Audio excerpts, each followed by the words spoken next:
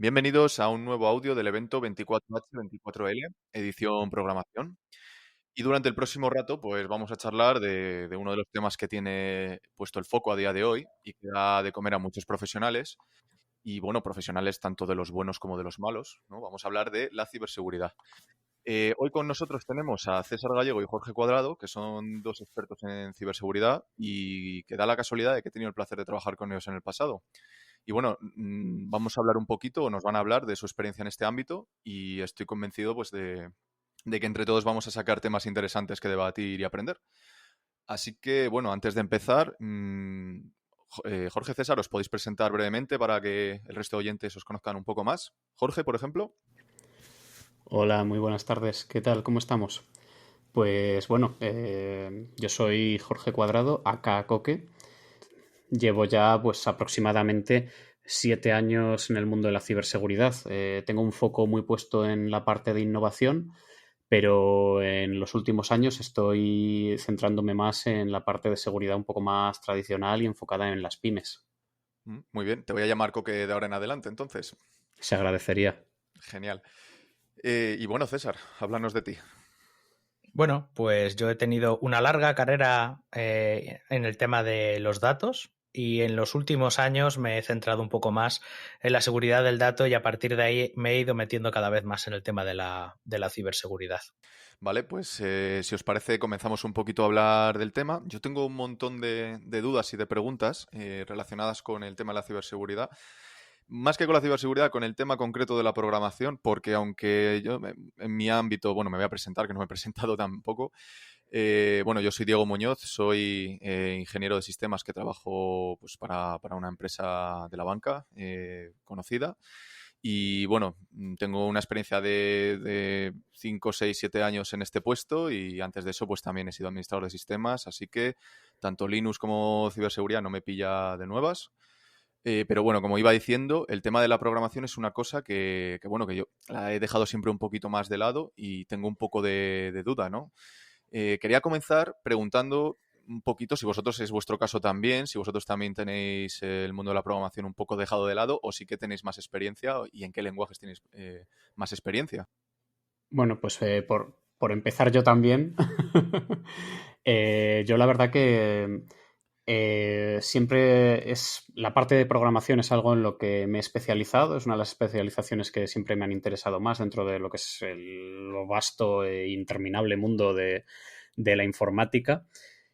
Y pues uno de mis intereses siempre fueron los lenguajes de programación. Entonces, ha llegado un punto en el que en un momento o en otro he tocado la gran mayoría de los lenguajes. No voy a decir todos porque eso es imposible, pero creo que durante los años, además al haber estado en este ámbito de I+D, he tenido la posibilidad de estar en muchos proyectos muy diferentes con lenguajes completamente opuestos.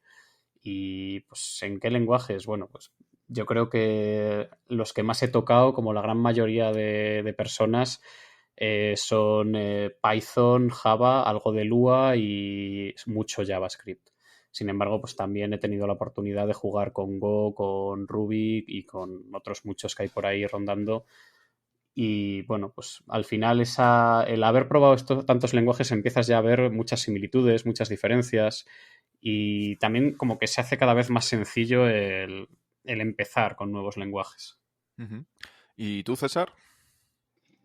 Bueno, pues yo llevo programando prácticamente toda mi vida. Empecé a programar a los 13 años que me pagaron mis padres un curso de programación profesional en Visual Basic 4.0, creo recordar. Y a partir de ahí no he dejado de programar, o por hobby o profesionalmente. Aparte de Visual Basic he tocado un montón de lenguajes, pues aprendí con C, luego estuve trabajando profesionalmente con Java un montón de tiempo, luego me metí con Scala, luego después de conocer Scala me metí un poco más en el tema de los lenguajes funcionales, también he hecho bastante JavaScript, también he hecho bastante Python, también en los últimos años he estado tocando bastante más Golang, Ujú. debido a que, bueno, se adapta muy bien al tema de hacer aplicaciones pequeñitas y herramientas de seguridad, ¿no? Y se agradece bastante. Pero en líneas generales me pasa un poco como Coque. Yo lo tengo un poco más medido, porque soy un poco más maniático con este tipo de cosas, pero sí que me suelo dar un repaso a los lenguajes de programación que están en el top 20 de TIOBE. Entonces, si sale un lenguaje, si entra un nuevo lenguaje o sale otro, me lo miro. Normalmente me hago unas cuantas catas de programación. También, por ejemplo, he programado con algún lenguaje más, bueno, o más considerado extraño por el tema este de que me metí en el tema de la programación funcional, como puede ser Clojure o Lisp. Y si hay algún programador escuchándome y quiere darle de verdad un buen exprimido al cerebro y aprender nuevas técnicas de programación, les recomiendo una serie de catas de programación que se llaman Los 99 problemas de Lisp. Son divertidísimos. Muy bien, muy interesante. O sea, veo que tenéis bastante background a nivel programación, a nivel código.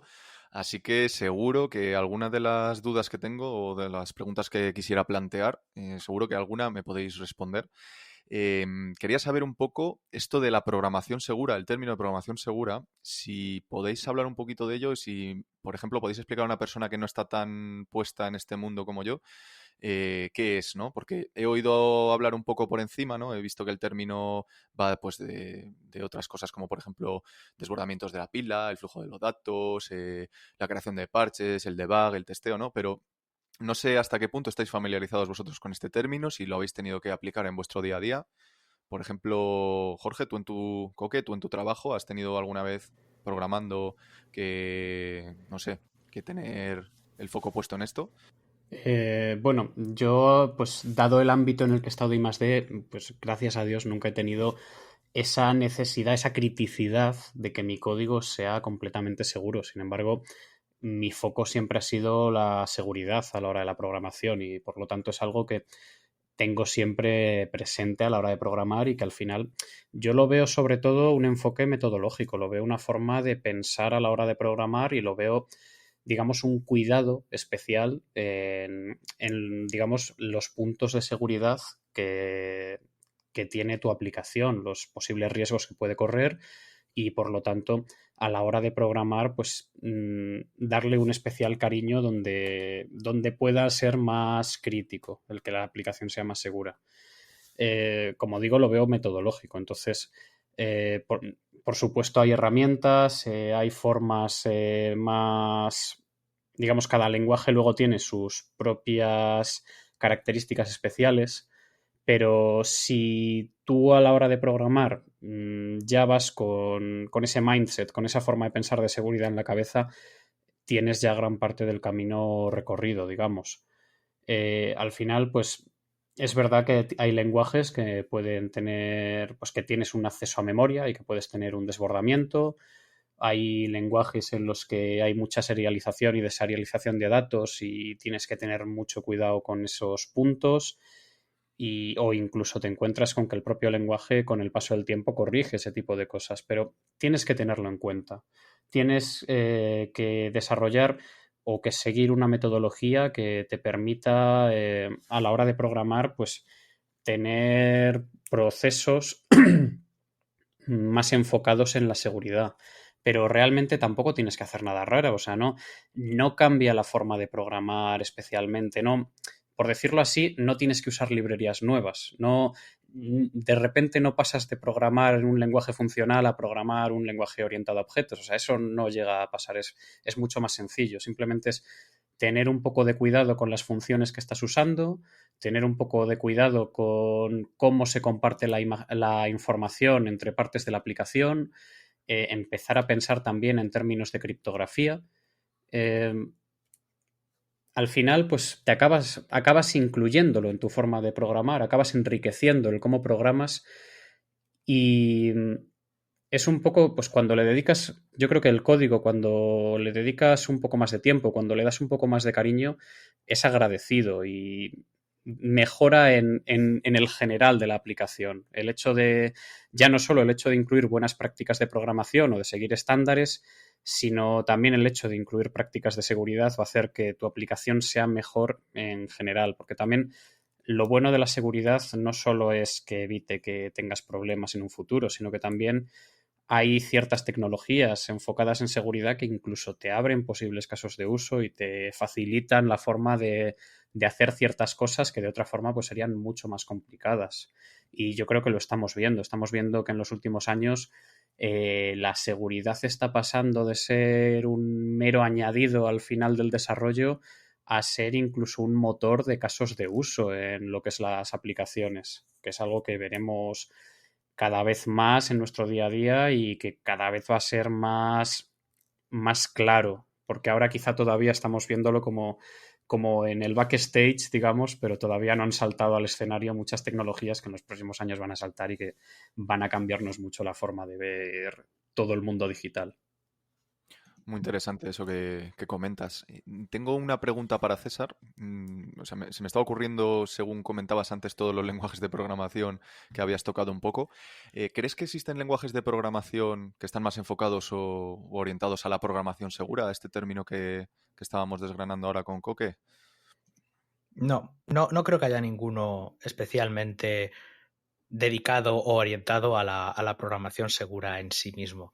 Lo que sí que hay lenguajes que tienen mejor comunidad de herramientas de seguridad que otros, ¿vale? Si tú, por ejemplo, decides que vas a dedicarte a programar en un lenguaje muy moderno, yo qué sé, imagínate que quieres cambiar de Node.js a Deno, que acaba de salir hace poco y que es maravilloso. Pues claro, es un lenguaje tan nuevo que el soporte que hay de herramientas, de frameworks, etcétera, etcétera, te van a hacer muy difícil que puedas hacer un desarrollo seguro, cómodo. Te va a tocar hacerlo incómodamente, hacer muchas cosas a mano. Lo suyo sería que si os metéis en un lenguaje de programación así de moderno, así de nuevo, y tenéis que hacer, pues eso, alguna herramienta nueva de seguridad, que la aportéis a la comunidad para que el que venga detrás se aproveche, ¿no? Pero yo creo que en líneas generales no hay un lenguaje de programación en especial que puedas decir, bueno, este es seguro que te flipas, ¿no? También es cierto que tenemos que poner un poco en el marco el tema de la seguridad. Muchas veces cuando hablamos de la seguridad se nos viene a la cabeza el tema de, pues eso, los bugs, los errores, la ciberseguridad en general, pero también está los errores que nosotros introducimos en el código, y es una cosa muy importante de la seguridad. La seguridad no solo te ayuda contra los ataques externos, sino también contra meter la pata, ¿no? Y sí que es cierto que hay una pequeña ventaja en los lenguajes funcionales porque digamos que razonar sobre ellos, aunque cuesta al principio mucho, porque es un razonamiento matemático, sí que luego a nivel de testing te permite testear cosas muy interesantes. Incluso hay lenguajes de programación que te permiten testear matemáticamente si tú lo que estás haciendo se va a salir por algún lado extraño, ¿no? Y te dice y te da cierto nivel de seguridad en ese aspecto, ¿no? Esto se llaman validaciones formales o generación de código formal, que también es algo que se puede investigar y que es muy interesante, ¿no? Ujú. Muy bien. De todas maneras, quería haceros una pregunta a los dos. No sé qué opináis. Si yo soy un desarrollador que no tengo mucha idea y entiendo que por lo que acabas de decir, César, sería más recomendable para mí a lo mejor utilizar un lenguaje más extendido, pues yo que sé, tipo Python o Java, ¿no? O Java, de cara a la seguridad y por el motivo de tener más documentación detrás, ¿no? O tener más comunidad, más librerías, estar un poco, digamos, más testado por la cantidad de uso que tienen esos lenguajes. No sé, ¿estáis conmigo en eso o me estoy yendo por las ramas? Hombre, siempre un lenguaje que tenga más comunidad va a ayudarte mucho más. Vas a tener más información disponible a tu alcance, vas a tener más tutoriales, vas a tener más cursos y eso es una ventaja. O sea, es un arma muy potente que te va a permitir formarte y sacarle más rendimiento, al menos en la parte de seguridad, al lenguaje. Ujú. Sí, Vale. sí, porque si lo haces sin ese soporte de la comunidad, te va a tocar hacerlo a ti. Supongamos que, bueno, somos un desarrollador pues con no mucha experiencia todavía y que decidimos además utilizar un lenguaje poco popular. Pongámonos en esa situación. Aún así, puedes hacerlo. Lo que necesitas hacer es coger una metodología que ya exista de desarrollo seguro, ¿vale? Y ver qué es lo que te propone. Y a partir de ahí te costará más, como he dicho antes, pero lo puedes desarrollar. Las metodologías generales de desarrollo seguro son un poco más farragosas meterse en ellas, ¿no? Hay como dos muy grandes, en mi opinión, que los grandes actores de recomendaciones de ciberseguridad las ponen sobre la mesa. Y estos actores son OWASP y el NIST, ¿no? Y cada uno de estos tiene su propia recomendación sobre cómo se hace el desarrollo seguro. Incluso, aunque el lenguaje no nos soporte, más bien la comunidad no nos soporte, estas metodologías sí que nos van a decir qué es lo que tenemos que hacer para no estar perdidos, ¿no? Porque no vamos a tener una comunidad que nos diga, mira, las buenas prácticas son estas y los errores comunes son estos, ¿no? Bueno, eso tendrás que averiguarlo tú, los errores comunes, pero bueno, al menos las buenas prácticas o qué es lo que tú tienes que hacer sí que va a estar descrito en estas metodologías generales. Eso te iba a preguntar, porque imaginemos que soy un programador junior que acabo de salir de mis estudios o lo que sea, y a mí solo me han enseñado lo que es la programación orientada a objetos, a hacer este programa, a hacer el otro, y empiezan a llegarme en mi primer trabajo un montón de tareas al backlog y no tengo ni idea por dónde abordarlas, y encima le tengo que dar un plus a mi código y enfocarme en la seguridad, y no es un tema en el que necesariamente esté yo muy versado, ¿no? Hablas de estas metodologías, ¿no? Que se ponen a disposición de grupos o entidades como WASP, ¿no? ¿Lo has utilizado, por ejemplo? Bueno, directamente a mí me pasa un poco como Coque, yo estoy un poco más en la parte de investigación de software, entonces, claro, no es algo que yo haga activamente end-to-end, pero bueno, sí que los he estudiado porque una de las cosas que que hago en mi trabajo es buscar cuáles son los puntos donde la comunidad de cierto lenguaje no ha aportado lo suficiente y hacer recomendaciones de qué se puede hacer en ellos, ¿vale? Las dos metodologías, por si alguien quiere buscar información al respecto, de desarrollo de código seguro, de desarrollo de software seguro, son la recomendación de OWASP, la podéis buscar como CLASP, C-L-A-S-P, ¿vale? Son las siglas de Comprehensive Lightweight Application Security Process, ¿vale? Y ahí te describe qué es lo que tienes que hacer. Y las del NIST, que es una entidad de certificación americana, que tiene muy buenas recomendaciones de seguridad, que siempre hay que tener hay un ojo porque trabajan muy bien, es SSDF, ¿vale? Que son las siglas de Secure Software Development Framework.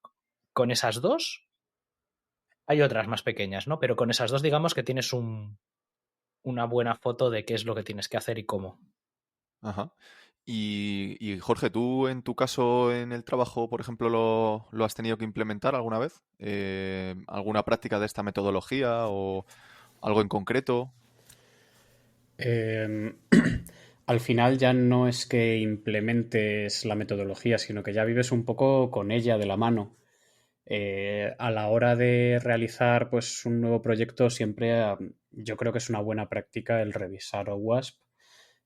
Ya si todo el tiempo que le puedas dedicar a revisar los dos recursos que ha dicho César va a ser tiempo bien invertido. Y revisar, por ejemplo, aunque sea el top 10 de vulnerabilidades de OWASP en temas web, pues es algo muy interesante, por ejemplo. Entonces, al final ya como que llevo tantos años en esto que lo tengo muy integrado. Ya como que vives con ello y no sabrías hacerlo de otra manera o no te saldría, sería muy poco natural. O sea que, por ejemplo, perdón que te interrumpa, pero por ejemplo, para un desarrollador que acaba de empezar, a lo mejor puede venirle bien revisar ese top 10 y por lo menos asegurar esas 10 opciones en su código o interiorizarlas, ¿no?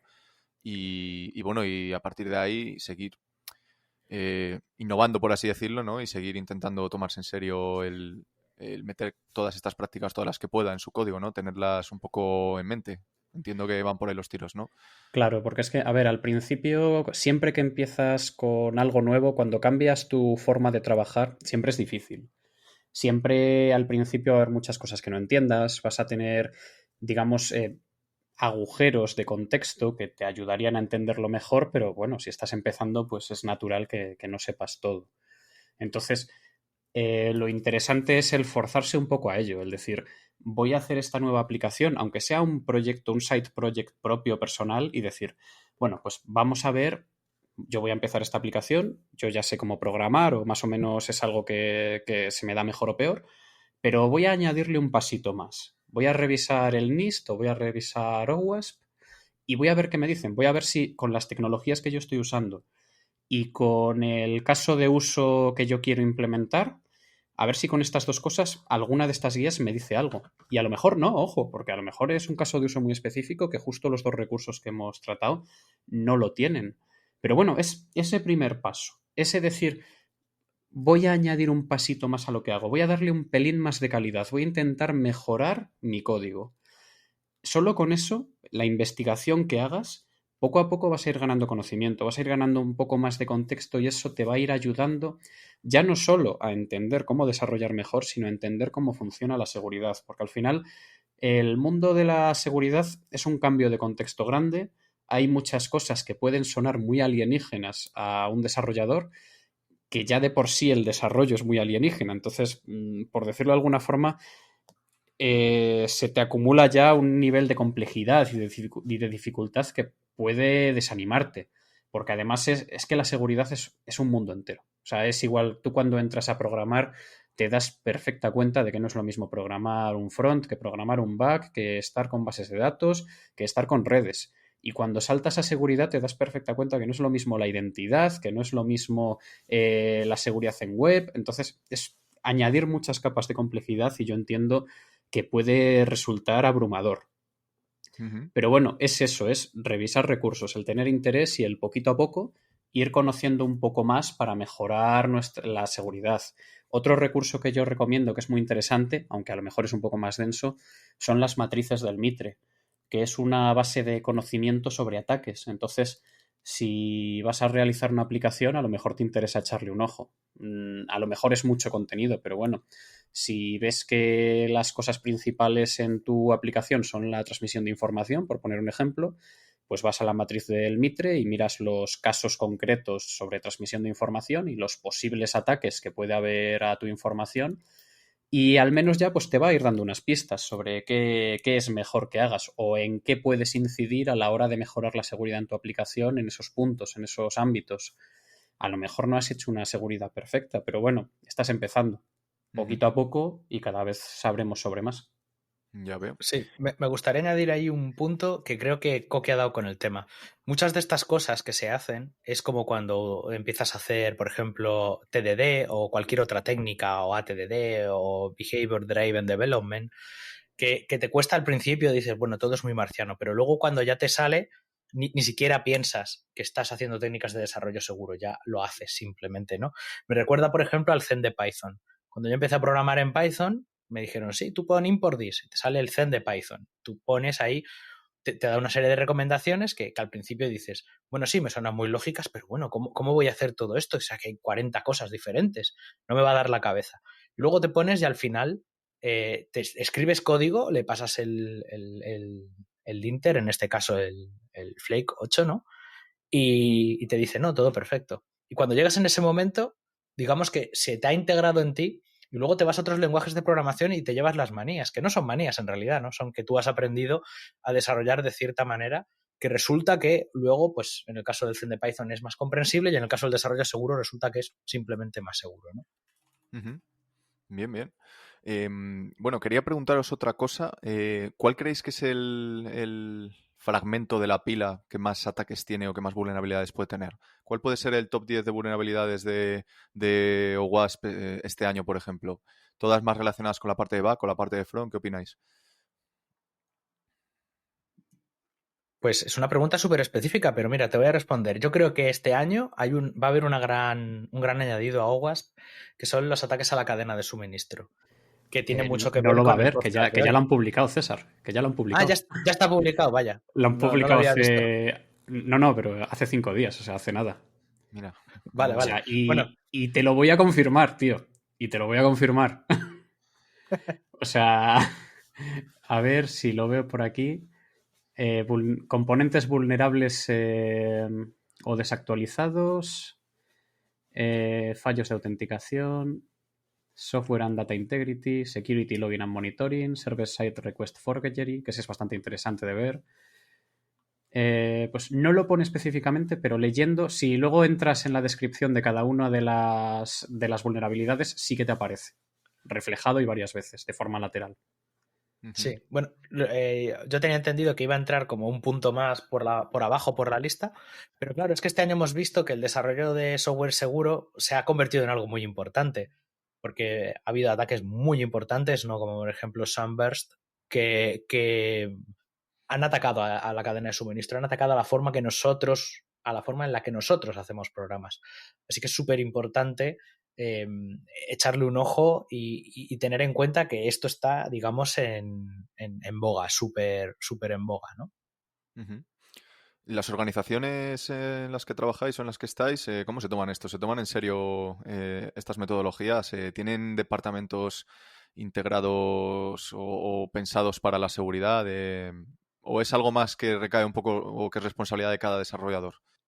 Al menos en mi caso, eso es un poco, se divide a partes iguales. En mi empresa, siendo parte del sector crítico, sí que hay un especial hincapié en la ciberseguridad, se invierte mucho y se tiene especial cuidado. Y hay, al final lo que te encuentras es que hay un departamento específico de seguridad más genérico, más un poco enfocado a todo el control de seguridad de la organización, pero al final son el propio equipo tecnológico, el propio equipo de desarrollo, quien introduce digamos, los cambios de seguridad en las aplicaciones. Ujú. Bueno, yo en mi caso, en mi organización sí que se lo toman bastante en serio, tanto la organización como en perseguir a la gente para que se forme, para que cada programador sepa qué es lo que tiene que hacer en líneas generales. Vale. O sea, que es algo que no es, digamos, responsabilidad, bueno, obviamente es responsabilidad, ¿no?, del desarrollador, pero que digamos que las empresas se toman un poquito en serio este tema, ¿no? Que no es algo bueno, si eres un buen programador lo implementas y vamos a ver si hay suerte o no, ¿no? Digamos que a día de hoy está muy presente. Vale, quería cambiar un poco de tercio y bueno, estamos hablando un poco de formas de programar aplicaciones seguras. Estamos hablando de que el lenguaje puede ser un poco más seguro que otro. Hemos visto que no necesariamente los hay más seguros, aunque sean más de bajo o alto nivel, da un poco igual. Y ahora yo quería preguntar un poco qué lenguajes de programación se utilizan más para desarrollar, vamos a verlo desde el otro lado, ¿no? Para desarrollar aplicaciones que se utilicen para, no quiero decir el mal, porque no necesariamente es el mal, pero para realizar, por ejemplo, auditorías, para hacer intrusión, para atacar. ¿Qué lenguajes se suelen utilizar más? Vosotros tenéis un poco de experiencia en esto, seguro. Seguro que me sabéis decir. Por ejemplo, Jorge, ¿qué opinas? ¿Hay algún lenguaje que creas que se utilice más para crear aplicaciones para pentesting, por ejemplo? ¿O te suena que hay alguno que sea muy utilizado, muy conocido? A ver, en principio yo diría que predominan los lenguajes de scripting. Pues quizá por comodidad o por rapidez a la hora de hacer scripts más pequeños, porque yo sí que, al menos la experiencia que tengo es que no sueles hacer un programa complejo, sino que sueles hacer más bien pequeños scripts que apilando uno después de otro, haciendo pequeñas tareas cada uno, pues te llevan al punto que tú quieres. Y por experiencia o por lo que yo he visto, al menos lo más común que yo veo es Python. Sin embargo, sí que es cierto que en EMAP, que tiene también una parte de scripting bastante potente, usa Lua, y está también Metasploit por otro lado, que es también un framework que automatiza en ciertas fases del pentesting, que utiliza Perl, si no me equivoco. Entonces, yo te diría que son básicamente esos tres. Sin embargo, nada te limita a que tú ejecutes JavaScript o que hagas un programa en C o lo utilices otro lenguaje cualquiera de programación. De hecho, probablemente si te pones a trastear con herramientas, te darás cuenta de que usan uno o múltiples lenguajes y que habrá herramientas en lenguajes que yo no he mencionado. Entonces, al menos hasta ahora lo que he visto es eso. A lo mejor también ciertos lenguajes que te permiten ejecutarlos directamente en memoria sin necesidad de tenerlos instalados en el ordenador, pues pueden ser también más interesantes. Pero bueno, hasta donde yo he visto por ahí. Ujú. Y César, ¿tú tienes experiencia en esto que pregunto? Sí, no mucha, pero fíjate, yo creo que en el tema este de pentesting, creo que Python es el rey. He visto algunos exploits por ahí hechos en C. Y bueno, algunos otros que efectivamente, como dice Coque, utilizan Lua por encima para ser un poco más cómodos. Aunque yo creo que el rey indiscutible del pentesting, en mi opinión, es Bash. porque efectivamente Bash se utiliza como pegamento de muchas otras herramientas y para automatizar un montón de tareas que se hacen en el pentesting. Vale. ¿Vosotros habéis desarrollado en vuestras empresas aplicaciones y habéis tenido que integrar a lo largo de todo el ciclo de vida del software algún elemento de seguridad? Aparte de lo que es la programación, aparte de lo que es adoptar buenas prácticas que puedan estar en documentos como los que comentáis, ¿tenéis digamos, alguna etapa que sea fija que garantice la seguridad de ese ciclo de vida del software? Me explico. Por ejemplo, un paso en vuestro pipeline para construir o para compilar vuestro código que haga un análisis de vulnerabilidades del código. ¿Habéis oído hablar de alguna herramienta o algo parecido que haga eso? Porque supongo que existirán, ¿no?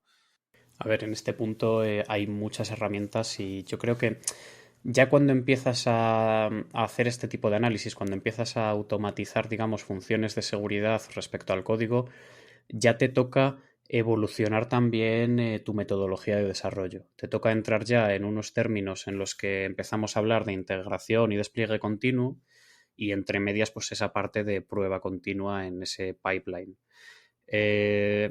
Hay muchas herramientas. Yo pues así a bote pronto la que se me suele ocurrir es SonarQube para este tipo de situaciones en las que tú estás haciendo una integración continua, realizas una serie de test pues ya sobre el propio código y en ese punto puedes tanto hacer análisis estáticos de código como hacer análisis de rendimiento, como hacer análisis de vulnerabilidad en las dependencias.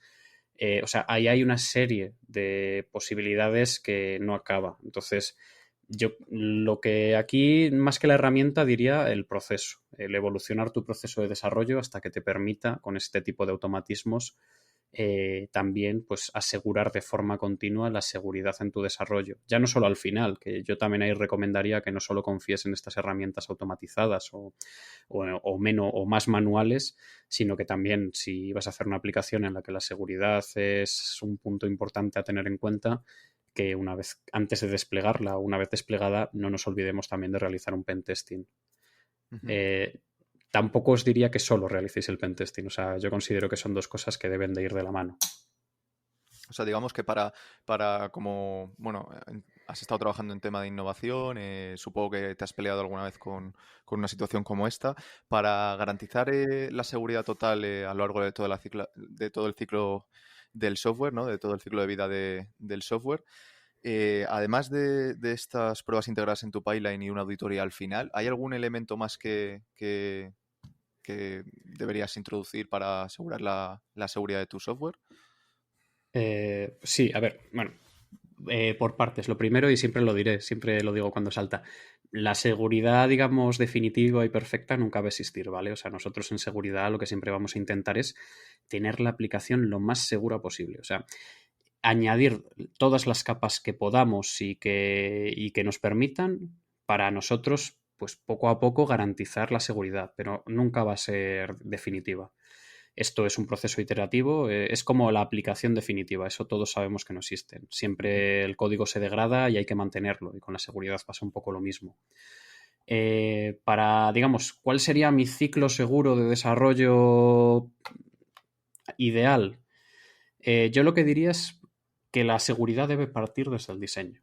O sea, ya en el momento en el que estamos planteando el diseño de la aplicación, tenemos que tener en cuenta las consideraciones de seguridad, porque si no lo haces en ese punto, todo lo que añadas después van a ser parches. Y un parche está bien, pero cuando es parche sobre parche empiezas a tener problemas. Empiezas a tener problemas en el propio código. Cada vez es más complicado de mantener, cada vez es más complejo y al final acaba desmadrándose. Entonces, siempre tenemos que tener en cuenta las seguridades del diseño. Una vez que hemos empezado con un diseño seguro, tenemos que empezar con una metodología de desarrollo segura. Tenemos que, por un lado, como ya hablaba antes, a un nivel filosófico, tener la seguridad en cuenta. Pero no solo eso. Nosotros a la hora de hacer ese diseño, pues tenemos que tener en cuenta qué información vamos a mandar, si esa información es sensible, qué módulos de código va a haber, qué dependencias vamos a tener, cómo vamos a garantizar la seguridad y la integridad de esas dependencias que descargamos o de la información que estamos gestionando. Entonces, cuando tenemos eso claro, empezamos a desarrollar y las buenas prácticas de seguridad ayudan a las buenas prácticas de desarrollo de código ayudan a la seguridad. El hacer test unitarios es un buen punto, porque en seguridad nos va a ayudar. A lo mejor no nos da seguridad, pero sí nos va a ayudar después a al menos poder ir montando capas de seguridad sobre esos automatismos que tenemos en las buenas prácticas de desarrollo. Entonces, desarrollamos, tenemos en cuenta la seguridad, una vez que hemos hecho ese diseño seguro, como hablábamos, y empezamos también, pues, con ahora mismo el hacer una integración de código continuo y un despliegue continuo es cada vez más sencillo. Hombre, sigue siendo una capa de complejidad que hay que aprender a hacerlo, pero incluso en pet projects que podamos tener nosotros personales, plataformas como GitLab o GitHub ya te empiezan a dar funcionalidades que apuntan en esa dirección. Y sobre esas funcionalidades, pues nosotros tenemos también que empezar a construir, digamos, etapas de seguridad. Pues como comentaba antes, un análisis de dependencias. Que eso también, pues si es una aplicación pequeña, lo podemos mantener en local. Es decir, ¿qué dependencias tengo? Creo que ahora mismo, de hecho, NPM es capaz de pasarte checks de seguridad para saber si tus dependencias son vulnerables. Pues vamos a ver qué dependencias tengo y si surgen vulnerabilidades tendré que corregirlas y tendré que añadir esos parches de seguridad a mi código, a mi proyecto. Por otro lado, si hay una librería que me está dando una funcionalidad impresionante pero es vulnerable, tendríamos que analizar también qué vulnerabilidades estamos introduciendo en nuestro código. Hay veces que se puede asumir, pero si es algo muy crítico, a lo mejor tenemos que buscarnos otra librería. Pero volviendo un poco a lo que es esa automatización de tareas, ese añadir test que se pasen de forma continua, tenemos, pues eso nos va a ayudar, digamos, a mantener una baseline de seguridad. Un poco ya quizá fuera del ciclo, pues yo creo que hay tecnologías que nos van a ayudar también. Por ejemplo, si hablamos un poco de despliegue continuo, pues si usamos contenedores o usamos máquinas virtuales, siempre va a ser mejor que si no las usamos, porque nos van a dar una capa de seguridad añadida, nos van a permitir automatizar esas tareas de despliegue que al final, pues evitar el fallo humano dentro de este ciclo de desarrollo, yo considero que es un punto a favor. En el momento en el que automatizas las tareas reproducibles, no solo es más cómodo para el desarrollador, sino que evitas la posibilidad de fallo. Y pues por rematar un poco, pues hay otras cosas como la gestión correcta de claves, de no pongáis claves en el código, pero eso sí tenéis una correcta gestión de lo que serían esas etapas de seguridad que hablábamos, de chequeos de seguridad, pues te van a avisar esas herramientas, van a ser tus aliados, van a ayudarte con toda la complejidad que aporta la seguridad en los proyectos. César, ¿tienes algo que aportar a esto que comenta Coque? Porque la verdad es que ha sido bastante completo, pero por si tienes alguna información extra. Sí. Aquí, vale, primero, súper de acuerdo. O sea, la seguridad total no existe. El desarrollo seguro simplemente son técnicas, procedimientos, programas y metodologías que tienen como objetivo reducir el riesgo inherente al desarrollo de software. Así que la seguridad total no existe. Más, creo que es muy importante lo que ha dicho Coque también, de que el desarrollo debe de estar involucrado desde el diseño, y muchas veces me pongo un poquito pesado cuando la gente dice DevSecOps, porque yo creo que el orden es importante, y yo siempre digo que es SecDevOps, ¿vale? Primero diseñamos desde la seguridad, luego desarrollamos, luego desplegamos, y ese es el orden correcto. Y además, cuando diseñamos desde la seguridad, conseguimos una ventaja importante, que es que la seguridad no es vista o no es percibida como un freno al resto de la organización, que es lo que viene siendo tradicionalmente. ¿Por qué? Porque se hacía al final. Tú hacías un producto, no sé qué, se lo pasabas a los de seguridad y le empezaban a sacar pegas. Entonces esas pegas, que en realidad no eran pegas, que eran mejoras de seguridad, se veían como excusas o como barreras que te estaban poniendo para lo que tú querías hacer, que era publicar ya tu software y empezar a ganar dinero o lo que sea que haga tu software, ¿no? Y si es así en tu empresa, si en tu empresa se sigue percibiendo esto como una barrera o como un freno, es lo que dice Coque, tienes que empezar a pensar en cambiar tu metodología de desarrollo ya mismo, porque estás yendo por el camino incorrecto. Cuando haces desarrollo seguro y diseñas desde la seguridad, todo fluye directamente. No tienes esos baches, ¿no? Dicho así, para recomendar un poco sobre metodologías generales, a mí me gusta mucho Threat Modeling, porque te permite pensar un poco en qué cosas son las prioritarias para ti a la hora de empezar a resolverlas. Como ha dicho Coque, la seguridad es, digamos, una tarea titánica que nunca se acaba de más. Siempre hay cuestiones que tú tienes que estar viendo y dándole vueltas. Y como es una tarea infinita, tú tienes que decidir por dónde empiezas a comerte ese infinito, ¿no? Pues ahí esta metodología de threat modeling pues nos puede ayudar un poquito a decidir por dónde empezar a hincarle el diente. Y otra ¿Cómo? cosa... Uy, perdón, sigue, perdón. Ahora te vuelvo a interrumpir. Perdón, la última cosa muy importante, ya me preguntas lo que quieras. Una máxima que tengo yo a la hora de desarrollar código es que el código es inseguro hasta que tú demuestres lo contrario, ya sea por test más activos o más unitarios o más de integración, o si quieres lo pruebas a mano, pero el código, cosa que no recomiendo, el código es inseguro hasta que se demuestre lo contrario. Vale, te iba a preguntar, bueno, en eso estoy completamente de acuerdo contigo. Pero ahora yo quería preguntarte un poco porque has mencionado threat modeling y bueno, me parece que es un tema bastante interesante. Me gustaría saber un poco cómo puedes aplicar un modelo de amenazas, ¿no? Así, o en qué consiste un poco. O yo soy un desarrollador, ¿vale? Por ejemplo, o bueno, somos un equipo de desarrolladores y queremos empezar a implementar un poco threat modeling a la hora de desarrollar nuestro software. ¿Cómo empezamos o digamos en qué consiste, para el que no lo conozca? Bueno, pues normalmente Threat Modeling consiste en una metodología en la cual el grupo de desarrollo y el grupo de seguridad piensan posibles amenazas hacia el software. Tienes un muy buen listado, como decía antes Coque, en el Mitre, y coges esas posibles fallos de seguridad o esos posibles ataques que te pueden hacer o fallos generales del software, cuánto daño te pueden hacer, y entonces se pone todo eso sobre la mesa y se decide qué es lo que más daño nos puede hacer, ¿no? Pues si puede ser, por ejemplo, que perdamos los datos, que se filtren por ahí datos personales de la gente, pues a lo mejor es un muy buen candidato para empezar, ¿no? Porque si se nos cae la aplicación es menos grave. O a lo mejor nuestra aplicación es una aplicación crítica y es más importante que esté online porque los datos que tiene no son relevantes, ¿no? Por ponerte un ejemplo. Y ahí Threat Modeling es lo que va a ayudar. Pues una vez que tenemos estas reuniones y sabemos por dónde tenemos que empezar, hay que empezar a establecer controles para que eso no nos pase. Y luego hay que establecer unos test para que esos controles sepamos que siguen ahí o que están ahí en sucesivas iteraciones de desarrollo de software. Porque una cosa que pasaba antes del TDD, que los más viejos del lugar se acordarán, es que tú metías nuevos cambios y el código que antes estaba funcionando dejaba de funcionar. Porque no tenías ningún test que te certificase o que te diese a entender que eso seguía siendo verdad, ¿no? Pues en el threat modeling pasa lo mismo. Tienes que tener unos controles y unos tests que te digan esto sigue siendo verdad.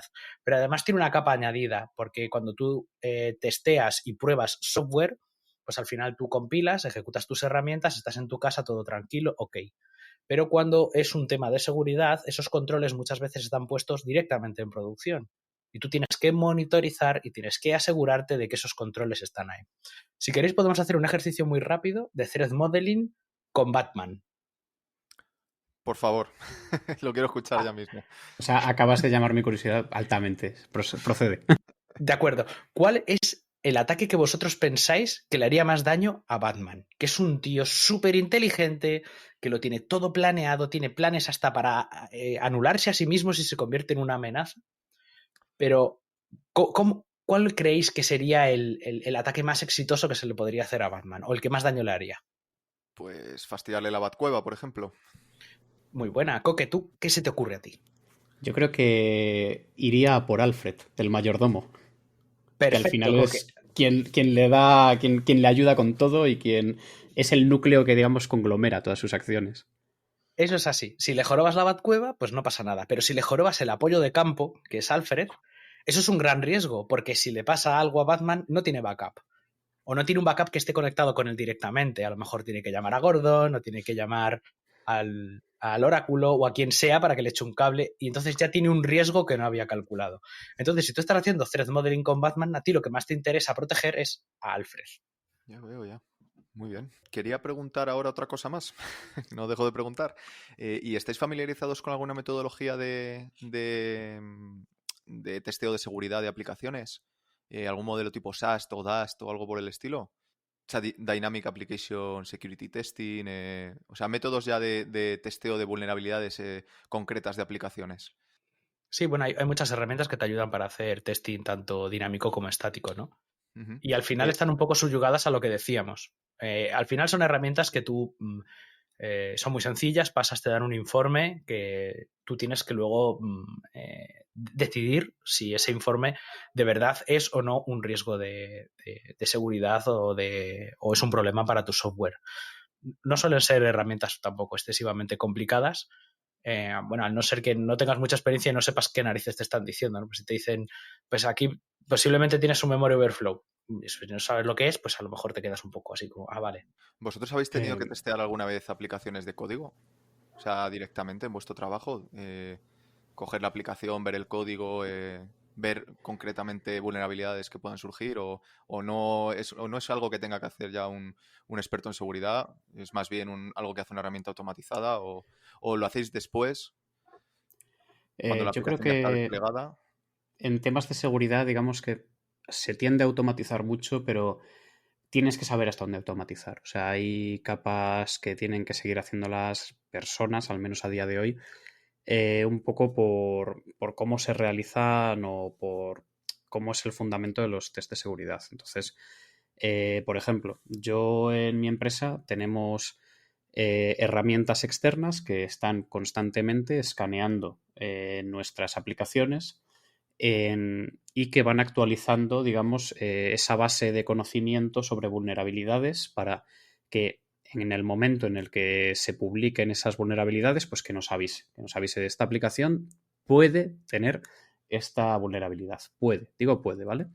Entonces, por otro lado también tenemos otra herramienta que ya no solo hace escáneres, sino que utilizando máquinas de prueba representativas de la empresa, intenta explotar esas vulnerabilidades, ¿vale? Tenemos una que te está avisando de que a lo mejor ahí hay una vulnerabilidad y tenemos otra que intenta toda esa base de datos de exploits que tiene, intenta lanzárselo a las máquinas para comprobar si esas vulnerabilidades son reales. Entonces, hasta cierto punto puedes automatizar estas tareas, pero sí que es cierto que muchas de las vulnerabilidades que este tipo de herramientas te dicen que existen son falsos positivos, porque a lo mejor las condiciones que chequea la herramienta sí que se cumplen para que sea vulnerable a esa nueva amenaza que ha salido, pero tú has implementado otras medidas de seguridad externas a la aplicación o internas a la aplicación, pero de una forma que la herramienta no es capaz de entender y que no es capaz de,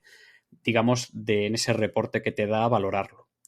Entonces, es importante el realizar estos chequeos de vulnerabilidades, estos escaneos, incluso intentar explotar estas vulnerabilidades, siempre con cuidado de no afectar al servicio, siempre intentando en entornos de test a ser posible. Pero tampoco hay que vivir solo de ellas, porque llega un momento que este tipo de herramientas pueden saturarte de información, o sea, pueden darte una lista de vulnerabilidades que no acaba, y ahí también hay que valorar, tiene que entrar ya pues la persona, el programador, a valorar cuáles son las vulnerabilidades más críticas, valorar cuáles son más probables y ya ahí hacer un análisis más en detalle y menos automatizado, más manual, aunque sea simplemente el comprobar si eso tiene sentido. Y en caso de tener sentido, pues ya establecer unas medidas o unas contramedidas o unos controles que mitiguen la vulnerabilidad, o sea, que hagan que no sea reproducible, si es que es posible. Hay veces que no nos queda otra que aceptar que eso existe y monitorizarlo o establecer medidas de seguridad alrededor. Entonces, yo sí que trato mucho con esto en el día a día y considero que al final hay que tener un poco ese balance entre automatizado y manual y siempre intentar poco a poco generar un criterio de seguridad cada vez más maduro que nos permita evaluar el riesgo un poco pues en la tónica que hablaba antes César de ese threat modeling, pues si tú sabes que tu threat modeling, que tus amenazas son estas, pues siempre enfocarte un poquito más en esas y siempre dedicarles un poco más de tiempo antes que a otras a la hora de priorizar, porque es un poco lo que decíamos antes en seguridad. El código se degrada, no hay una seguridad perfecta y estática a la que se llegue, sino que siempre nos vamos a encontrar con una avalancha de tareas de seguridad y vamos a tener que poco a poco ir priorizándolas. Y estas herramientas automatizadas nos ayudan, pero también pueden saturarnos de tareas que a lo mejor no son tan importantes unas como otras. Y ahí ya es cuando entra el humano, o sea, el analista, a evaluar y a valorar. Muy bien. ¿Tienes algo que aportar a esto, César? Sí, por ejemplo, por poner un ejemplo concreto, la tarea más repetitiva que tengo yo a nivel de desarrollo de software seguro es valorar si las vulnerabilidades que tienen las dependencias transitivas de mi software son de verdad vulnerabilidades de mi software. Esto es algo que hago mogollón. Al final por ejemplo, por poner un ejemplo más concreto, un código que tenga suite a GitHub, pues GitHub te da alertas de seguridad de tus dependencias y detecta el tipo de proyecto que es y está muy bien, ¿no? Entonces, muchas veces te pasa que te llega una alerta de seguridad que te dice, oye, por ejemplo, la última que estuve mirando, ejecución de código arbitrario en deserialización de objeto. Súper típico, pues o sea, se deserializa y ahí, pues, cuando siempre que serializas o deserializas datos hay una puerta, una posibilidad abierta, ¿no? Pues nada, pues yo lo miré y bueno, pues resulta que era una alerta de una vulnerabilidad secundaria de una herramienta que utilizábamos, pero no era parte de mi software. Entonces, no, pues se descarta y ya está, porque no, ese software no va a estar ejecutándose en ningún lado, es un software aledaño que utilizamos puntualmente, ¿no? Pues así es el día a día al final, ¿no? Es este tipo de tareas las que más repites, ¿no? De, pues eso, alertas y ver qué haces con ellas.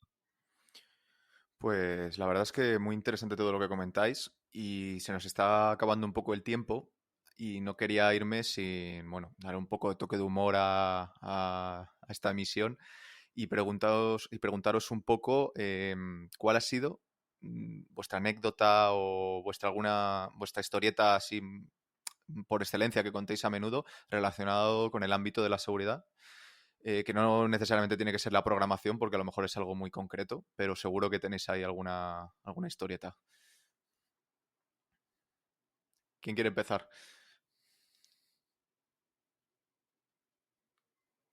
Pues la verdad es que ahora mismo así no se me ocurre ninguna. Si tú tienes, Coque, no me viene a la No, cabeza nada. me ha pillado completamente a desmano. Sí, sí. Es que no nos ha pasado ni el guión de las preguntas para prepararnos esto, hombre, al menos para la pregunta graciosa. Bueno, a ver, no es obligatorio. Yo no he desarrollado aplicaciones de software como tal. Bueno, sí que sí se puede considerar, al final yo soy ingeniero de DevOps y sí que estamos más orientados a otra clase de desarrollo, ¿no? Pero bueno, como tal código no. O como tal software así dado aplicaciones, ¿no? Y bueno, yo sí que tuve una vez una historieta de un programador que metió un mensaje de debugging ahí en una aplicación web y ese mensaje de debug fue a producción y lo vio un cliente y bueno, fue bastante gorda. No voy a decir el mensaje para que nadie se sienta reconocido, pero fue curioso y bueno, no sé si es estrictamente seguridad, pero bueno, al final ha habido un fallo ahí en el ciclo de desarrollo, en el ciclo de vida y bueno, por comentar una. Yo la Bueno, verdad pues nada, que... no sé, No, bueno, ¿queréis se me animaros ocurre alguna para...? cosilla ahora y... A ver, yo las anécdotas que tengo son siempre terribles, ¿vale? Y no es necesario tampoco sacarlas, pero me acuerdo de un compañero que hace tiempo nos contaba en un congreso que en una empresa le dedicaban mucho esfuerzo a la seguridad y tenían un gran presupuesto en ello, pero tuvieron un incidente que paró la producción de la empresa durante varios días. Y cuando se hizo el análisis forense de la empresa, ¿sabéis por dónde les habían entrado? Es que me resulta siempre, cada vez que lo pienso me río mucho. Venga, en una empresa, en una oficina, ¿vosotros dónde opináis que podrían haber entrado? Así algo inesperado. El usuario final o el Vale, eso es usuario de a pie. esperadísimo. Sí. No sé, por un termostato inteligente. Uy, pues casi, pero es aún más gracioso. Por una cafetera conectada a la red wifi de la empresa. Ah, bueno, las impresoras son súper típicas, las impresoras con wifi, ¿eh? Son un Claro, coladero. pero aquí te hacían café y te metían el exploit mientras. Yo me acuerdo, no sé si es una anécdota de seguridad, pero monitorizando los logs por temas de seguridad, me encontré en una aplicación web que tenía un backend Java que no tenía nada que ver con Machine Learning a un señor intentando arrancar, pues es un framework de inteligencia artificial. Me dejó loquísimo. Bueno, pues nada, con esto se nos va acabando el tiempo y bueno, quería daros las gracias personalmente por este rato compartido. Me ha parecido bastante interesante y bueno, antes de despedirnos, os tengo que preguntar, pues, ¿dónde podemos encontraros, los oyentes y yo? ¿En web, redes sociales, podcast? ¿Tenéis algún proyecto por ahí? Jorge, Coque. Bueno, yo la verdad que se me puede encontrar en muchos sitios, quizá demasiados para mi privacidad, pero siempre me podéis escribir al email a jorgecuadradosaez@gmail.com o me podéis encontrar también en Twitter, que es probablemente el canal más rápido, que es @coque727 o en mi web personal, croque.es. Muy A bien, mí, sobre todo, se me puede encontrar en Twitter, César Gallego R, con la arrobita adelante, y yo soy un tío súper afable, yo respondo a todo el mundo. muy bien, perfecto. Bueno, a mí me podéis encontrar, si alguno ya me conoce, mi página web, que es diegomunozbeltran.com, y por allí está colgado el email y los métodos de contacto. No tengo redes sociales ni Mastodon ni Twitter, así que me libro. Y nada, pues a todos los demás oyentes, recordaros que esto es una misión perteneciente al evento 24H24 y que podéis encontrar este y muchos más en la web del evento, que bueno, es https // 24h24l.org, en Twitter 24h24l1, y hay canal de Telegram también, que es @evento 24h24l, y en Mastodon, que es @24h24l. Y con esto, pues nos despedimos y esperamos que hayáis disfrutado del evento y bueno, nos vemos. Bueno, pues quería preguntaros un poco sobre las buenas prácticas de seguridad a la hora de desarrollar, enfocándolo como queráis. Por ejemplo, César, ¿me puedes contar alguna buena práctica que hagas tú en tus proyectos, tanto en el trabajo como en tu tiempo libre? Sí, hay cosas muy sencillitas relacionadas con el código.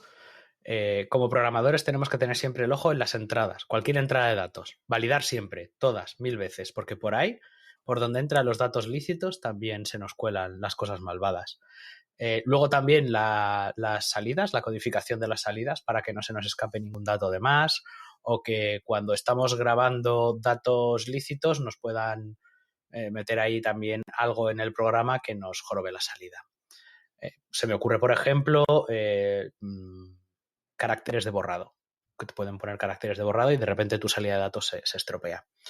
Tener siempre una herramienta de estilo de programación para que todo el mundo, para que el código siempre tenga el mismo aspecto independientemente de quién lo escriba, ¿no? Como Sonar, por ejemplo, hemos dicho antes.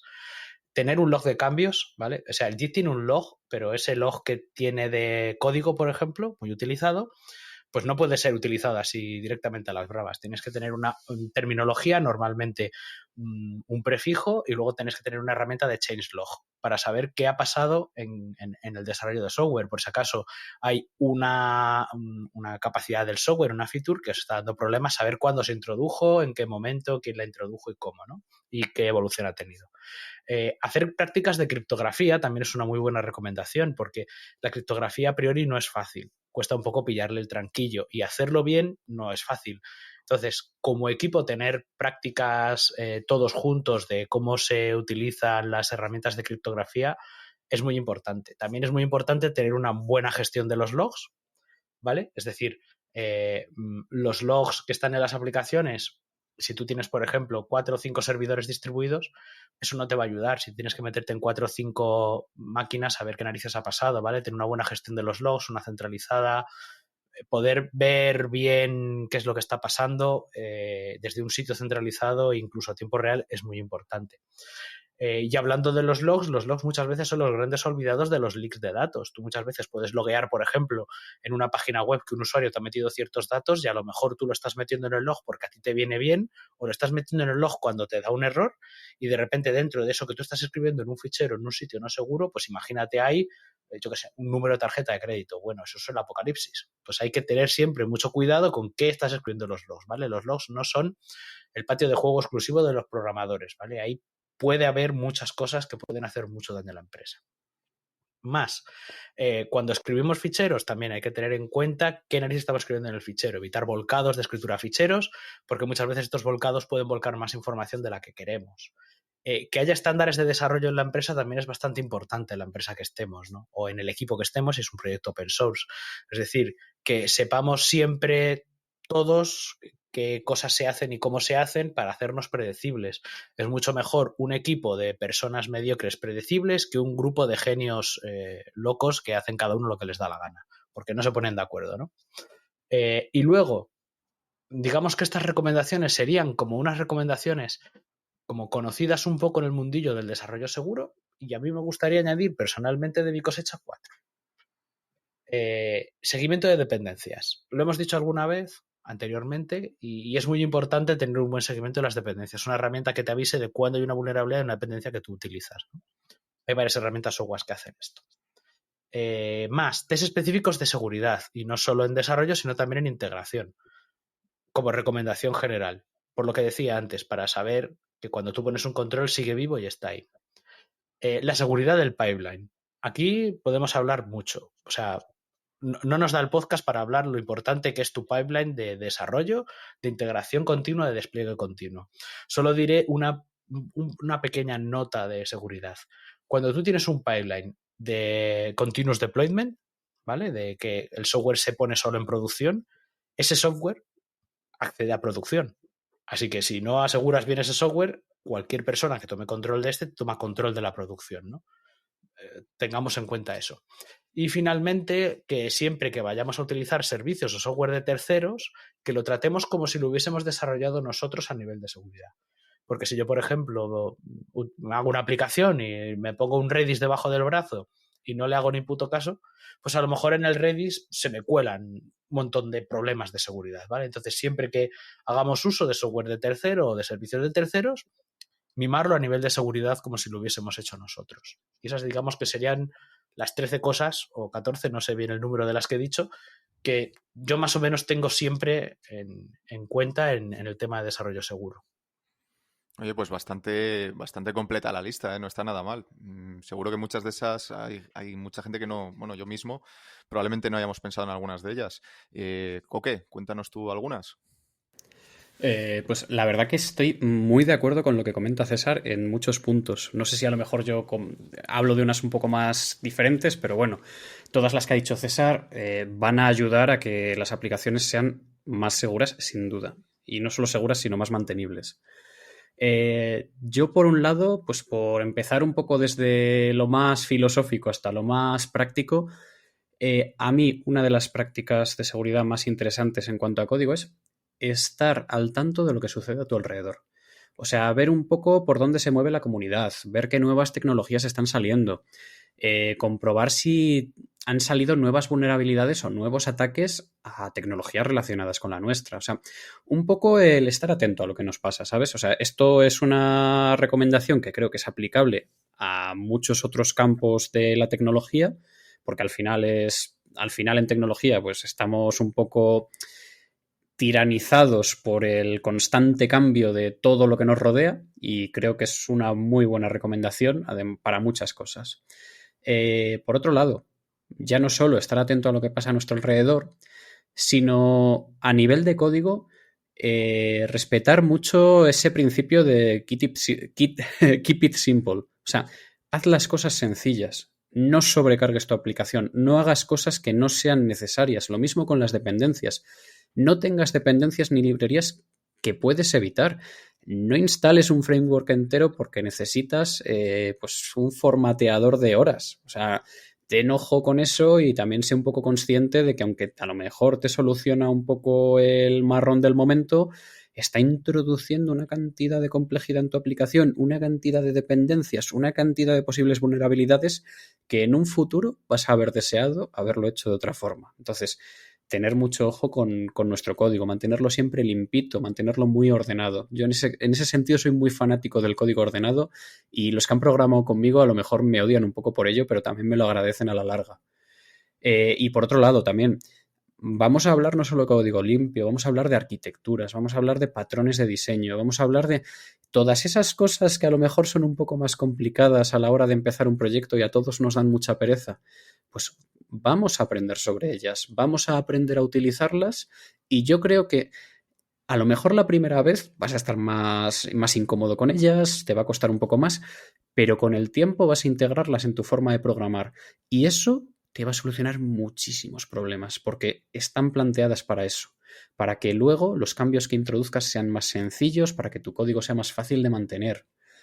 Aparte de eso, siguiente paso un poquito más concreto todavía, yo intento automatizar todo lo posible. O sea, yo la verdad que soy vago y estoy orgulloso de ello e intento trabajar cada vez menos a la hora de programar. Entonces, mis proyectos, reconozco que esta fase me da mucha pereza, yo soy sincero con ello, pero una vez que automatizo, una vez que está todo hecho, la verdad que me vuelve muy feliz, ¿vale? Porque me da pereza estas tareas porque no me gustan. Pero cuando las automatizo, aunque esté trabajando en ellas, me van luego a dar mucha felicidad y mucha paz mental, porque lo que nos pasa con algunas tareas es que si no nos gustan, pues las acabamos retrasando. Y eso no es bueno tampoco, porque hay veces que retrasas una tarea de forma poco orgánica, poco natural en el ciclo de desarrollo, y eso lo que hace es que acabas poniendo parches para evitar hacerla y al final casi estás trabajando más para no hacerla que de lo que trabajarías haciéndola, porque bueno, pues al final lo que he comentado antes también, que este mundo es complicado y tiene muchas partes, o sea, no solo es programar, sino que al final es programar, es hacer despliegues, es crear test. Por eso digo que si como yo os da pereza algunas tareas de este tipo, automatizadlas. Pero hacedlo lo primero, además, para que no os dé pereza después. Y viviréis más felices. Al menos mi experiencia es esa, que soy mucho más feliz desde que hago eso. Y un poquito más concreto, metiéndonos un poquito más en las aplicaciones. Ahora mismo, cuando en seguridad hablamos de logs, muchas veces hablamos de logs de la máquina. Pero, por favor, desarrolladores, programadores, hackers, haced logs de la aplicación. Porque eso es lo que luego va realmente a sacar partido a las herramientas de monitorización.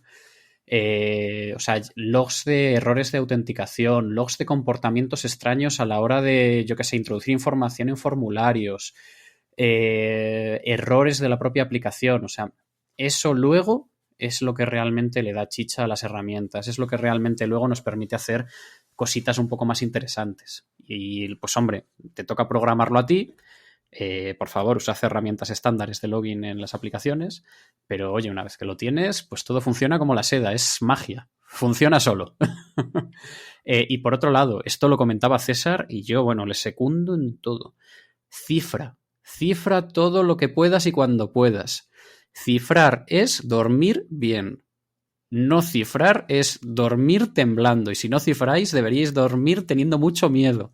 Así que, por favor, cifrad, porque si tenéis una aplicación que usa la gente y os entra alguien, pues al menos sabes que la información está cifrada. Dices, mira, tendré daño reputacional, me habrán parado el servicio, me va a tocar estar el fin de semana hincando codos, pero joder, al menos sé que la información no la tienen. Tienen un churro que no saben lo que es. Y me da a mí eso una seguridad, me da una paz mental, me da un que se jodan esos cabrones que no os lo podéis ni imaginar. Entonces, cifrad siempre que podáis. Tened mucho cuidado también con las claves, porque si cifráis y luego las claves las tenéis por ahí en el código, mal vais, ¿vale? Entonces, tened cuidado con la gestión de las claves. Y por otro lado, si vais a tratar con datos personales o con datos un poco delicados, siempre pensad por qué piezas de vuestra aplicación va a pasar esos datos y tened especial cariño con ellas, ¿vale? Es importante que hagáis, aunque sea un mapa en un papel, en el que digáis, vale, pues los datos un poco críticos están aquí y están aquí. No solo dónde se almacenan, también dónde se procesan y por qué canales de información viajan, ¿vale? O sea, eso es importante.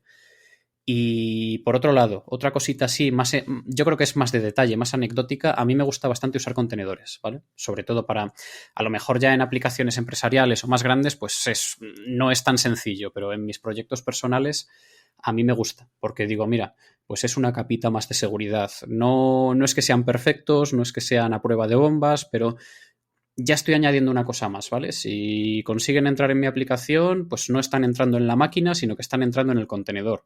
Y para entrar en la máquina tienen que saltar del contenedor. Y oye, en muchos casos eso es posible, pero pues mira, ya les está. Si son vagos como yo, pues a lo mejor les da pereza y no saben cómo continuar. Y por otro lado, pues un poco a raíz de esto, a mí me interesa mucho el tema del pentesting, de lo que es la auditoría un poco ofensiva. Entonces, mis aplicaciones suelo al acabar realizarles un pentesting. No me dedico a esto en el día a día, entonces no tengo todas las herramientas que podría tener un profesional que se dedica 8 horas al día a hacer esto. Pero sí que hay muchas herramientas open source que me pueden ayudar, que me ayudan a ejecutar escáneres más o menos automatizados y que realmente el hecho de aprender a usarlas, al menos a un nivel un poco básico, es tema de una tarde o de 2 tardes.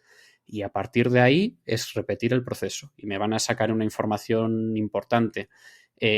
A este nivel de uso que yo os describo, probablemente no os saque todo, pero bueno, lo obvio sí que os lo va a sacar, porque cuando alguien vaya a intentar entrar a un sistema, lo que no va a hacer es empezar a usar mecanismos súper complicados. No, primero lo que hace es coge estas herramientas automatizadas y gratuitas, hace el escaneo más básico que existe y a partir de ahí ya empieza a elaborar sus ataques. Pero lo primero que va a hacer es un análisis simple. Y si ahí no encuentra nada, hay muchas posibilidades de que se eche hacia atrás, porque al menos en Internet el 99% de los ataques, por poner un porcentaje inventado, son automatizados, ¿vale? Con este tipo de herramientas. Entonces, si en este tipo de escáneres automatizados vosotros ya los habéis hecho por vuestra cuenta, que ya os digo, es 1 o 2 tardes aprender a hacerlos, y habéis corregido lo que sale ahí, tenéis muchas más papeletas a tener una buena seguridad o al menos a evitar un ataque un poquito más contundente contra vosotros. Porque ya os digo, un atacante lo que va a hacer es, al menos en el común de los casos y para el común de los mortales, ir a IP1, IP2, IP3, IP4, así como si fuera Google. Va a empezar a lanzar escáneres automatizados de este tipo a todas las aplicaciones que pille entre medias. Y si alguna le devuelve un resultado que le gusta, empieza ya a mirar un poco más en detalle a ese incauto que le ha aparecido por ahí. Eso es un poco yo las recomendaciones que podría tener o al menos las cositas que yo intento hacer siempre que puedo. Una cosa, Coque, esto que has dicho de pasar las herramientas y tal, pues como has dicho que eres un tío vago, voy a dar una recomendación en base a la vaguería. Meteros de vez en cuando en shodan.org, creo que es, y buscaros allí vuestros propios servicios, porque como eso ya hace análisis automatizado de muchas cosas, seguro que es un buen paso, más vago todavía, para ayudaros. O sea, te doy las gracias por continuar mi eslogan de la pereza. O sea, para mí es súper importante. Lo que sí, por poner un poco más de contexto a la gente, podéis pensar en Shodan como el Google de los servicios vulnerables, ¿vale? Es un buscador que busca servicios vulnerables en Internet. Entonces, lo que dice César es muy interesante. Buscaos a vosotros mismos, porque si salís ahí, eso es que alguien ya os ha mirado antes. Oye, súper extensa la lista, ¿eh? Muchas gracias a ambos. Te has puesto a hablar de contenedores y me ha dado un poco de envidia y bueno, no me quería ir hoy sin dar algún consejillo también. Yo no estoy especializado en esa parte del ciclo de vida, pero bueno, a partir de los contenedores y los microservicios, digamos que tengo un poco más de experiencia, ¿no? Sobre todo en el día a día. Y bueno, respecto a eso, pues quería mencionar algunas buenas prácticas de seguridad de cara a meter en contenedores vuestras aplicaciones. Y bueno, no me quería ir sin dar las típicas recomendaciones, ya digo, como usar contenedores que no usen el usuario root. Por ejemplo, no utilizar ficheros o con el mismo UID dentro de vuestro contenedor, ¿no? Y bueno, esta serie, seguro que habéis visto ya muchos Docker best practices y eso, tampoco me quiero extender mucho, como habéis hecho vosotros, ¿vale?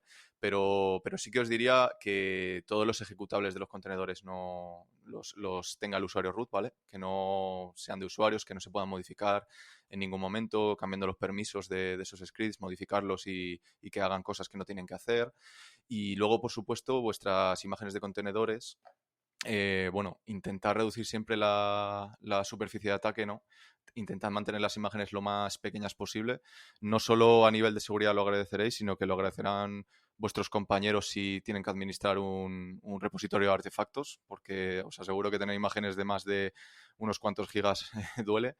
Y bueno, para esto podéis utilizar herramientas como herramientas o buenas prácticas que pone a vuestra disposición servicios o aplicaciones como Docker, como son las multi-stage builds, ¿no? Las construcciones de imágenes multietapa, por así decirlo, te permiten hacer la parte de compilación de tu aplicación y el resultado, por ejemplo, volcarlo en una imagen un poquito más pequeña. Intenta usar también distribuciones pequeñitas o que no estén muy cargadas, ¿no? Por ejemplo, Distroles o Alpine o alguna cosa por el estilo, ¿no?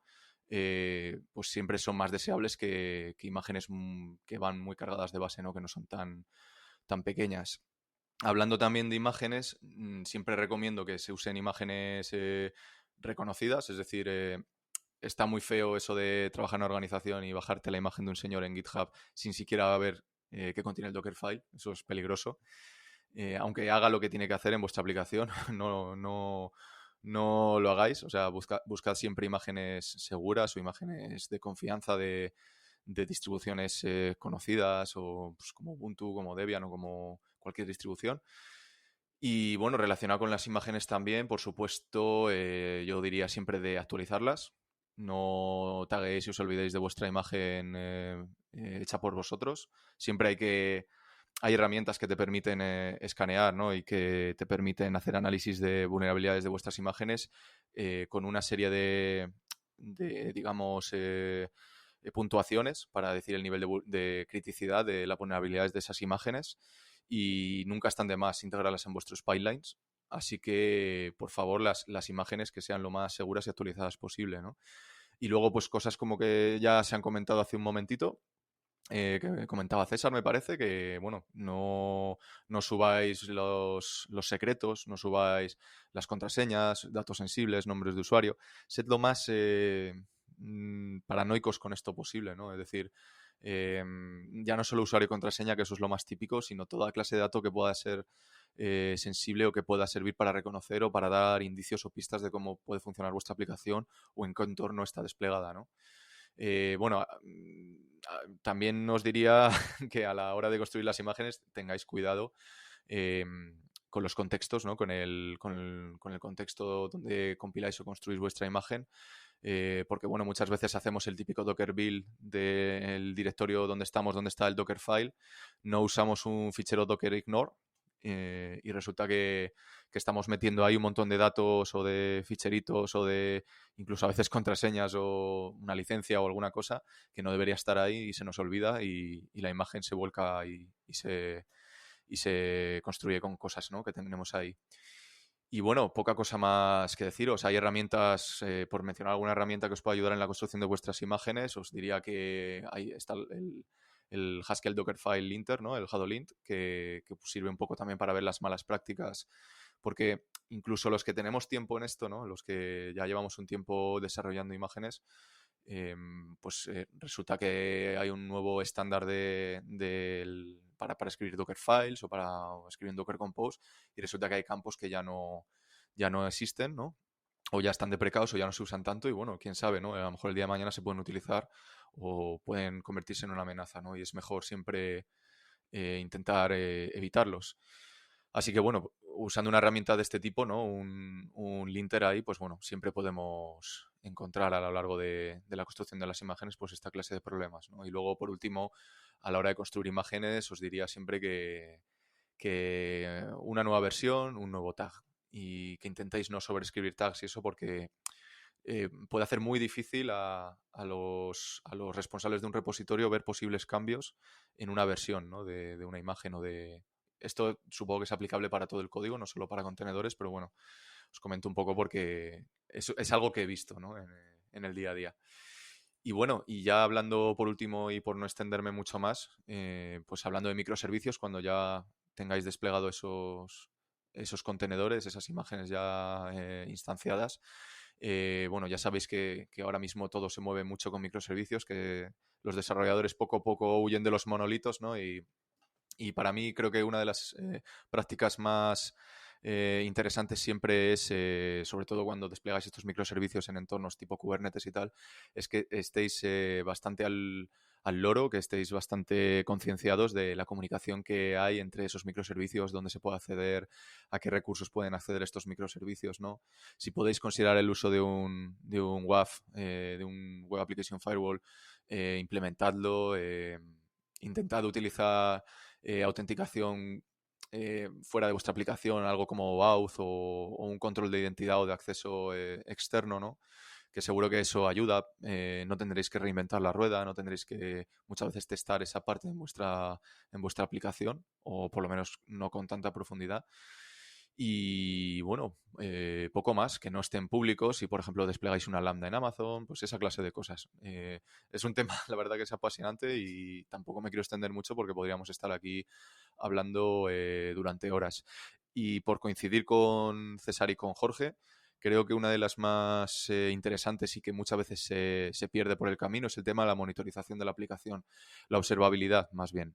La observabilidad siempre pensamos que es algo más de la gente de operaciones, la gente de sistemas, de la máquina donde corre la aplicación, del servidor, de toda la infra, ¿no? Y muchas veces nada más lejos, ¿no? Es la propia aplicación la que está muy guay que vuelque métricas, que vuelque también logs y que si tiene también posibilidad de trazar su comportamiento, pues eso va a ayudar tanto al desarrollo futuro como a nivel de seguridad.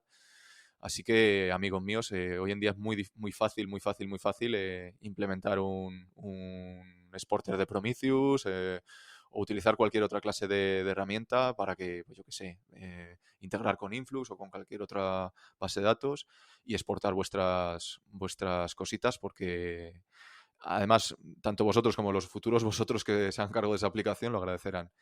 Y bueno, y ya con esto, pues concluyo. César, ¿tienes algo más que comentar? Sí, yo solo me gustaría dar una recomendación de seguridad sobre contenedores. Todo lo que has dicho es súper cierto, pero creo que es mega importante que cuando estamos haciendo un Dockerfile pongamos el SHA de verificación de la imagen de la que estamos heredando, porque nos la pueden sustituir por una imagen con código maligno y entonces la liamos parda y todos nuestros esfuerzos quedan en agua de borrajas. Y dicho esto, los Dockerfile, cuanto más sencillos, mejor. Si tenemos varios pasos que hacer, es mejor tener un script dentro del contenedor que hacer un Dockerfile gigante, porque luego cuando estemos viendo cómo se ha construido una imagen, vamos a agradecer mucho ese nivel de abstracción. Genial, genial consejo y además es algo que se hace en el día a día y que es verdad que no he mencionado, porque he dado por hecho que tienes que confiar en las imágenes de proveedores, así por así decirlo, conocidos o seguros, pero es verdad que te la pueden liar. Siempre hay que comprobar lo que te descargas de internet, no solo los contenedores. Y bueno, no sé si queréis añadir algo más o lo dejamos por aquí y esto se integra de alguna manera o qué hacemos. Es que no sé. Pues bueno, yo creo que por aquí podemos ya cortar por hoy y dejamos a la gente pensar un poco sobre todo lo que hemos estado contando hoy. Incluso descansar. Incluso descansar. Genial, genial. Esto es fuera del podcast, creo. Ah, vale, bien. Sí, sí. Nada, pues esto ya no sé muy bien cómo lo va a montar José, pero bueno, creo que voy a cortar la grabación aquí. Si queréis seguimos hablando. Espera. Sí. Paramos Audacity y ya. Sí. Y paro también el Zencaster.